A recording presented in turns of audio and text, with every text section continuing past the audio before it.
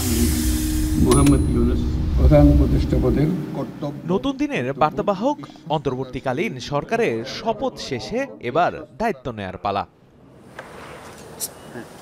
নতুন সরকারের প্রথম দিনেই সাভারের জাতীয় স্মৃতিসৌধ ও শহীদ মিনারে শ্রদ্ধা নিবেদনের মাধ্যমে দায়িত্ব পালন শুরু করেন উপদেষ্টারা।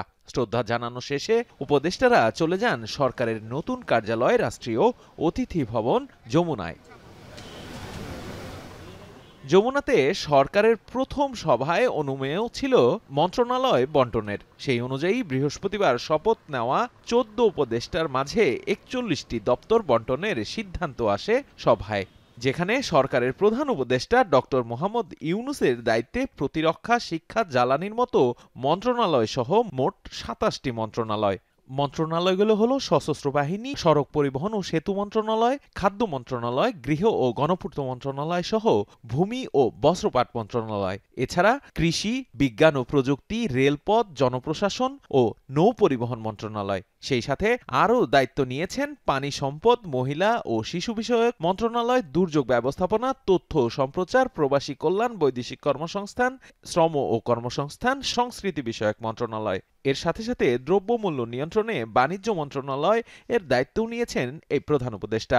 এছাড়া বেসরকারি বিমান পরিবহন ও পর্যটন, মুক্তিযুদ্ধ বিষয়ক মন্ত্রণালয়, পার্বত্য চট্টগ্রাম বিষয়ক এবং প্রাথমিক ও গণশিক্ষা মন্ত্রণালয়ের দায়িত্বেও রয়েছেন তিনি। অন্যদিকে বাকি 13 উপদেষ্টা নিয়েছেন বাকি 14টি মন্ত্রণালয়ের, যেখানে সালেউদ্দিন আহমেদ অর্থ ও পরিকল্পনা মন্ত্রণালয়ের দায়িত্ব নিয়েছেন। ডক্টর আসিফ নজরুল আইন, বিচার ও সংসদ বিষয়ক দায়িত্ব, আদিলুর রহমান খান শিল্প মন্ত্রণালয়, স্থানীয় সরকার, পল্লী উন্নয়ন ও সমবায় মন্ত্রণালয়ের দায়িত্ব নিয়েছেন হাসান আরিফ। এছাড়া সাবেক পররাষ্ট্র সচিব মোহাম্মদ তৌহিদ হোসেন নিয়েছেন পররাষ্ট্র মন্ত্রণালয়ের দায়িত্ব। এদিকে পরিবেশ বিষয়ক আন্দোলক সৈয়দা রিজওয়ানা হাসান পরিবেশ, বন ও জলবায়ু পরিবর্তন মন্ত্রণালয়ের দায়িত্ব নিয়েছেন।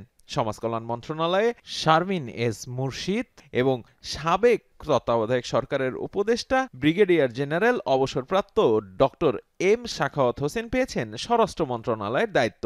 এদিকে ডক্টর আ.ফ.ম. খালিদ হোসেন ধর্ম বিষয়ক মন্ত্রণালয় এবং ফরিদা আক্তার মৎস্য ও প্রাণী সম্পদ মন্ত্রণালয়।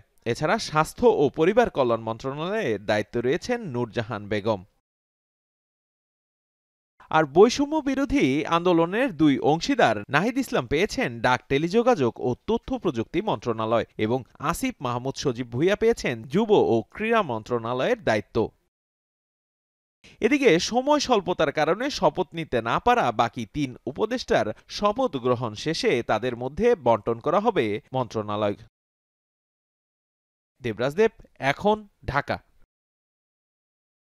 শিয়া বাটার ও ভিটামিন ই সমৃদ্ধ lily glam beauty soap. Lily, always beautiful.